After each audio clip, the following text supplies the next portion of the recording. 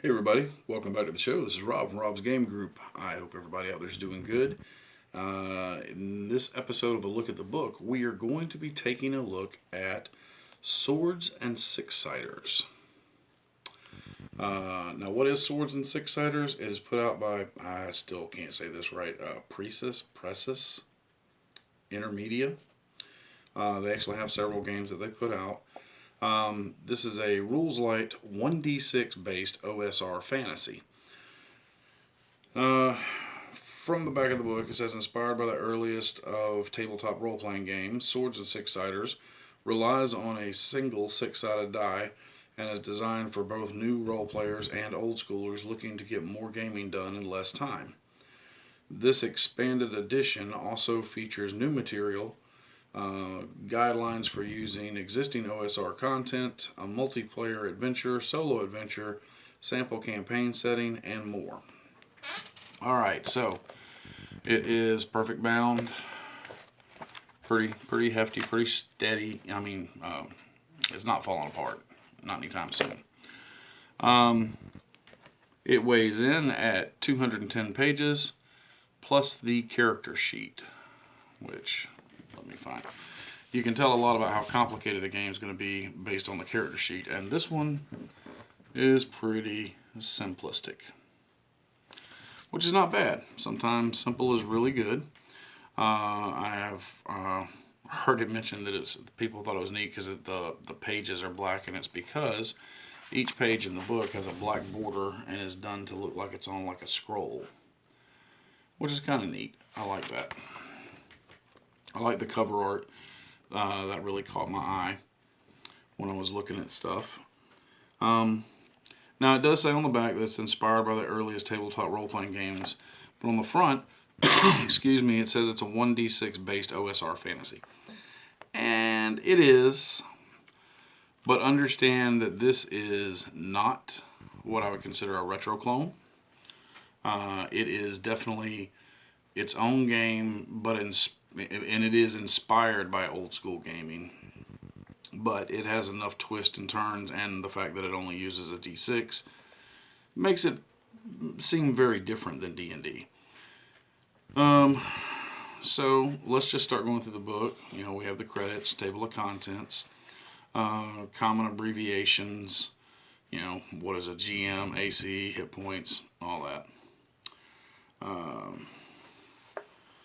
Now, one thing that worried me when I saw this is in the general rules, it tells you that a natural 1 or is a failure and a natural 6 on the die is a success. One player must assume the role of game master who sets the story and educates the rules. If there are any rule disputes, the game master should make his decision with the consent of the players.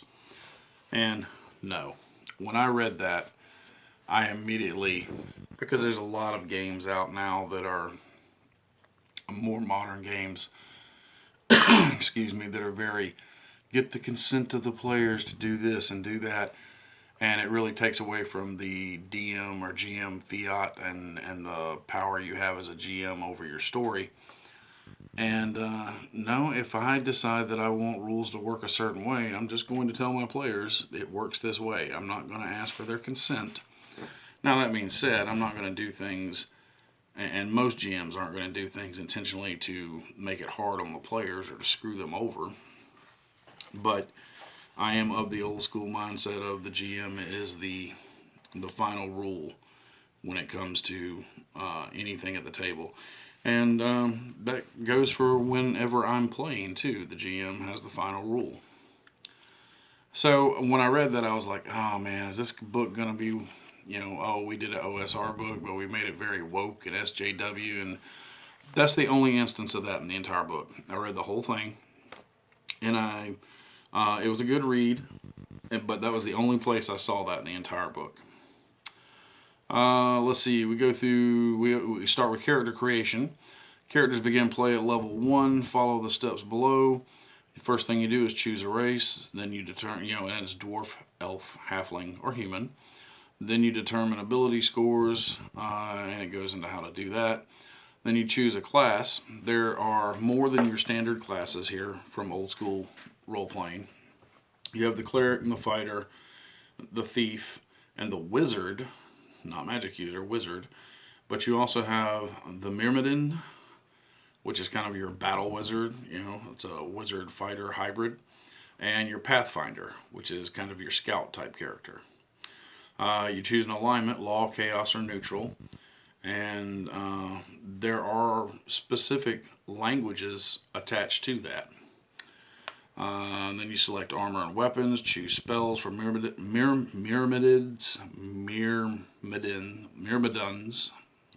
can't say that word, and wizards. Calculate everything on your sheet and name your character something cool. Okay, then we go into talking about the races. It gives a good description of each race. Like dwarves, they are short and stout mountain-dwelling folk, known as much for their attitudes as their lengthy beards. They have a keen eye towards underground stone construction, detecting traps, sloping passages, new construction, with great skill. Excuse me. They have excellent low-light vision, but they cannot see in complete darkness. They get a defensive bonus of +1 to their AC against foes larger than humans. Save bonus to +1 to all saves versus magic or poison. Ability modifiers, -1 to Dex and Charisma. Limitations, due to their smaller stature, dwarves cannot wield two-handed weapons with the exception of short bows and crossbows. And then they start with languages dwarf, common, gnome, goblin, and kobold. And it does the same thing for each of the races, elf, halfling, and human. It explains what ability scores are, which, strength, intelligence, wisdom, dex, con, charisma. The way you roll your ability scores in this, though, is you roll, because everything's done with a d6, so everything kind of ranges from 1 to 6. So you roll your ability scores, and you have you roll 3d6, and then whatever you rolled, you get those 3 numbers, and whatever is on the opposite side of those numbers. So like the opposite of a 6 would be a 1. So you would have a 6 and a 1 off of that roll. And then you distribute them how you want to. And then of course the dwarf, the elf, and the halfling have some negative modifiers, either dex and charisma, strength and con, or strength. And the human gets a +2 to a single ability or a +1 to 2 different abilities. Since characters are made up of more than just bonuses, abilities can influence the game through non-mechanical means. Put simply, they can affect a character's appearance, speech patterns, and the way others view them. The Game Master should use these qualities below for inspiration when describing characters, which goes into the next page. So, like someone with a low strength, you would describe as scrawny or obese. But if they had a high strength, you could describe them as brawny. Dex. Someone with low dex could be described as clumsy, and high would be graceful. You get the idea. Then we go into talking about the classes, starting with the cleric. Clerics serve the tenets of their religious faith, protecting the civilized world from unholy beasts and invading heathens. They are part warrior, part priest, able to cast select spells while wearing any armor. Their faith forbids the use of bladed or piercing weapons, restricting them to clubs, maces, slings, staves, and warhammers. Okay, that's definitely a holdover from old school, and you could use it if you want. Their Turn the Undead ability in here works a little different. It says clerics call upon the power of their deity to repel the undead by making a wisdom check at half the cleric's level. If successful, the cleric affects a number of undead equal to 1d6 plus half their level. Any undead that are 2 or more levels less than the cleric are instantly destroyed, while the others flee in terror. If there are any undead present that are of a higher level than the cleric, he may not attempt to turn any of them. If the check fails, the second attempt may not be made against the same group of undead. So I ran into a problem reading it right here because I was like, okay, You have not explained to me how you make checks in this system, because it's obviously different than normal D&D or whatnot. And it's much later in the book before they actually reveal that. So there was some flipping back and forth to make sure I understood it. Once I found it and read what it is, it's really simple. But in my opinion, the explaining, because everything works the same way, making the same type of check, and I really feel like they should have put that in the beginning to let you know how checks were going to work in this system, as opposed to halfway through the book. And then each class is given skills. Like the cleric is vested in the tenets, prayers, and history of their faith, and that of its adversaries. So it's not really a specific skill in the way it's listed there. It just, when a situation comes up in game, you can gain a bonus if it's related to something that is talked about in your skills. And that's all it says about skills. So then hit dice. Dwarven clerics re-roll all ones because of their tough frames. Elven clerics must re-roll all sixes because of their frailty. And halfling and human clerics roll normally. Now, one of the things that you will find in this very quickly that will annoy some old school guys is that there are no race class restrictions.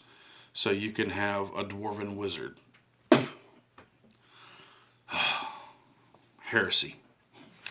But some people like being able to play whatever character they want to play. So I think that's why they went with this. And then it has your levels. This game goes from level 1 to level 6. Everybody has attack and damage modifiers at some point, and it's on a chart for each class, attack and damage modifiers. And the attack and damage modifier work for, regardless of whether you're doing melee or ranged, it's the same modifier. So there's not a difference in them. And then the spells, of course, go from level 1 to 3. But the spells are set up a little bit differently. And like you will notice that a cleric does get a spell, 2 spells at level 1 actually. And then we go into the fighter. The fighter has abilities like cleave attack, dual wield, and then his fighter skills are brute force and tactics. It talks about the hit dice. So it does that. I'm not going to read every one of them, but it does that for all of them. The Myrmidon are warrior wizards able to fight and cast spells. They may cast spells when wearing light or medium armor, but not heavy armor. Both hands must be free, so no weapon or shield in order to cast a spell. Myrmidons can use scrolls, but they cannot create them. They are trained in the ways of fighting, strategy, and arcane knowledge. And then it has a list for their attack bonuses and spell level progression, which they never get level 3, only level 2, 1 and 2 wizard spells. Same thing for the Pathfinder, the Thief, the Wizard. Then we talk a little bit about alignment, the option for evil clerics, and languages. So law and chaos alignments each have their own rudimentary spoken language called a cant that is known by all our members. All characters can speak their alignment cant as well as common, which is spoken by most. There are also many racial languages that can be learned, as well as other cultural dialects. A character's intelligence score determines his or her proficiency with the languages he knows. So you get languages from your race, but then you get languages from your alignment in here too, which is a little weird, but to me. But so to determine how proficient you are with a given language, you look at your intelligence modifier, and if you have, or your intelligence score. If you have an intelligence score of 1, you cannot read or write. If it's a 2, you can read and write only basic words. If it's a 3 to 5, you can read and write well. And if it's a 6, not only can you read and write with great skill, but can also read basic words of other closely related languages. So we go into money and equipment after that. Money in the Swords&Six-Siders is commonly measured in gold pieces. There are also silver and copper. Mundane purchases in this game are not tracked. It is assumed that characters own whatever mundane equipment and weapons they need. Gold pieces can be spent on training, cost in order to gain levels. Usual items like various potions and scrolls or special magical services. Then you have starting equipment. New characters begin with whatever basic equipment and armor they can use and carry, but no gold pieces. Common sense should be applied when choosing, and it has a very small list of basic equipment that you would take on an adventure. You know, backpacks, small sacks, 10-foot poles, mirrors, oil flasks, grappling hooks, that kind of thing. Because in this game, you level up by collecting XP or gold, and you cash that gold in for training, but only gold cashed in for training counts towards your XP and leveling up. If you are buying equipment, or if you are paying for, having somebody resurrected or whatever, then you do not get to level up from that. Also, it means that you cannot level up mid-adventure. You can only level up back in town where you're spending the money to be trained. Weapons are categorized by either usable in melee or over a distance, and whether they require one hand or two hands. Melee weapons marked with an asterisk can also be thrown. Note that crossbows bypass damage reduction, which we'll get into in a minute, but they can only be fired every other round because of having to reload them. So melee one-handed weapons, you have a short sword, a sword, a hand axe, battle axe, club, warhammer, dagger, mace, short spear, staff. Two-handed melee weapons is a two-handed sword, great axe, great maul, pole arm, or spear. Ranged one-handed weapons is a sling and stone or a dart, and ranged two-handed weapons is short bow, longbow, crossbow. Now, we get into armor, which works a bit differently in this game. The character's armor class represents how hard it is to hit him. The higher the AC, the harder he is to hit, representing a number needed for the attack roll to be successful. Starting AC is 4.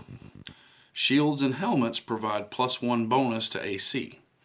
Dwarves and halflings receive an AC bonus due to their small size, and body armors increase damage reduction rather than AC. So, if you have no armor on, your AC starts at a 4. If you have a helmet or a shield, it goes to a 5. If you have a helmet and a shield, it goes to a 6. But then let's look over at armors, because armors are on the same chart, other side. And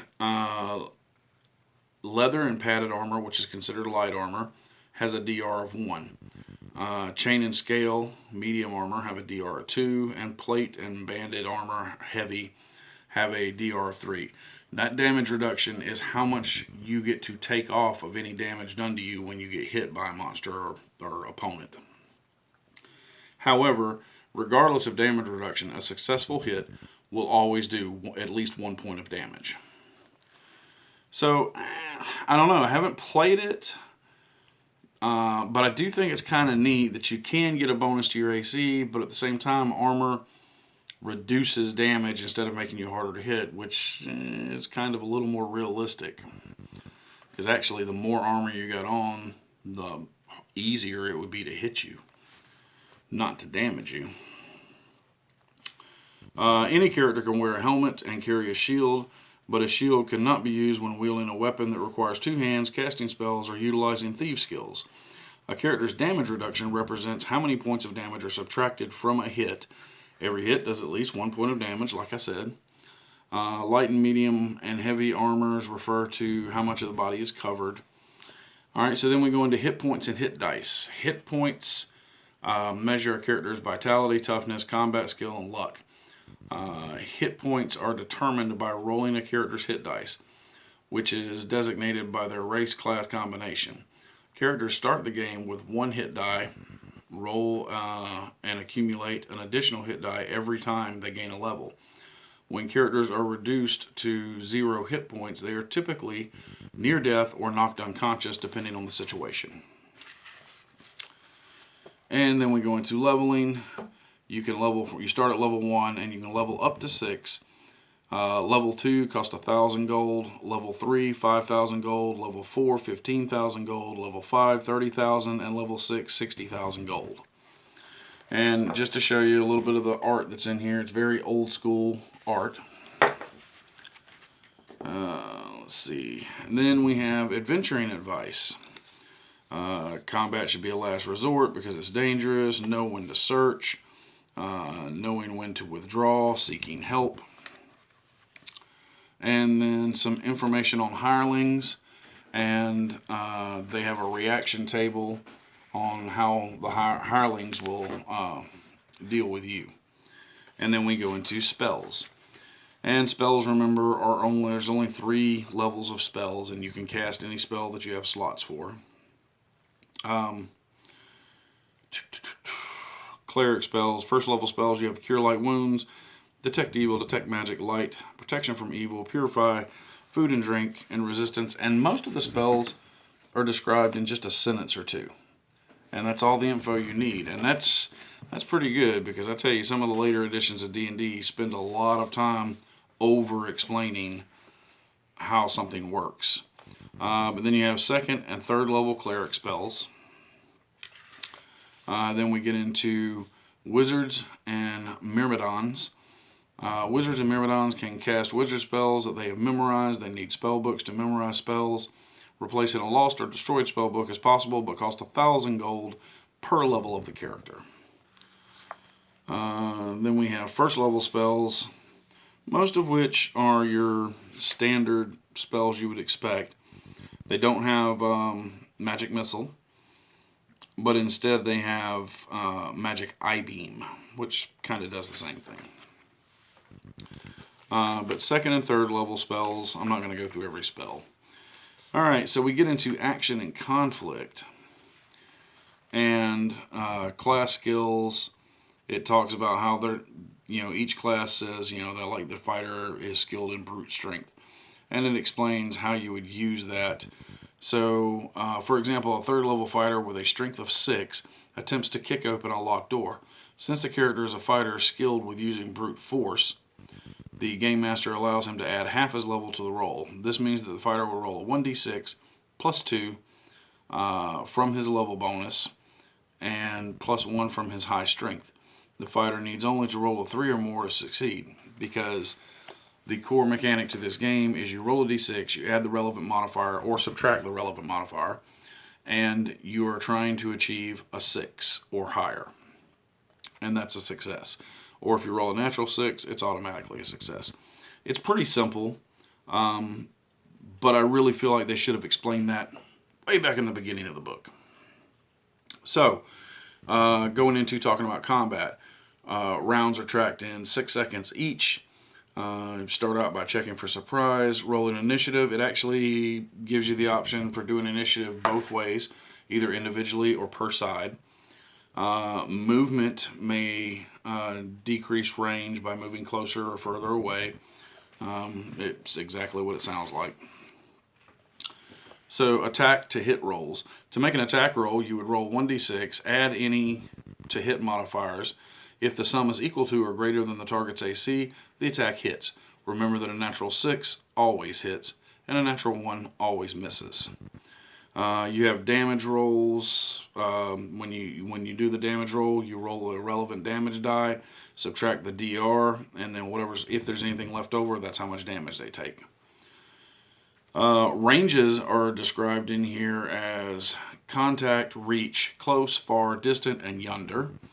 And it's really designed more for mind's eye theater than miniature play. Then it talks about special situations, and some of these are things that definitely come up, and I like the way they handle them here. Cover, mounted attacks, prone, fog. That's something that people forget about all the time. Heavy rain and snow, winds, firing into melee. That always comes up. Casting spells in combat. How to do saves. You basically do a save, there's not a whole list of saves. It's just you have a save, and the GM determines whether it's a strength save, an intelligence save, depending on what it likes. So like strength is overcoming physical impediments. intelligence, resisting mind control, or most mental effects, or disarming traps. So you roll a save, and you're again wanting to get that 6. So you roll a d6, and if you had a bonus from intelligence, you would add that. If it was relevant, like if you were a thief and it was something to do with disarming a trap, then you would also get to add half your level. And that's as simple as saves are. There are special forms of damage that it goes into in here. Again, these all come up in my games all the time. Maybe not this one. Asphyxiation, not too much. But, that's because my characters steer clear of water. Falling, fire, and level drain are all discussed. Poison and disease, petrification, and then various other forms. Then it talks about recovery. Aside from healing magic, characters can regain lost hit points upon returning to town and resting. The amount regained is equal to either the result of a d6 roll or the character's level, whichever is lower. If a third level character rolls a 6, for example, the amount of hit points healed that day would be 3. Note that first level characters can only heal 1 hit point per day, so there's no need to even make the roll. Then it talks about healing potions. They do 1d6 hit points. Because they're so potent, however, characters are limited to how many they can drink. Fighters may drink 1 potion per level every day, while all other classes may only drink up to half their level in healing potions per day. So that's one of the few times I've ever seen healing potions limited like that. Our next section we get into is traps. And I'm going to try to hurry this along a little bit because I'm running out of time. But it describes the efficiency, attack, and save damage and of how traps work. And basically gives traps a level for the GM to work with.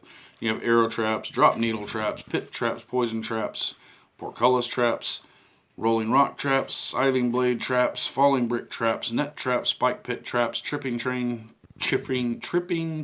traps, and water traps. And they're all described, again, like the spells, with a sentence or two to explain to you what they do. And then we get into the monsters section of the book.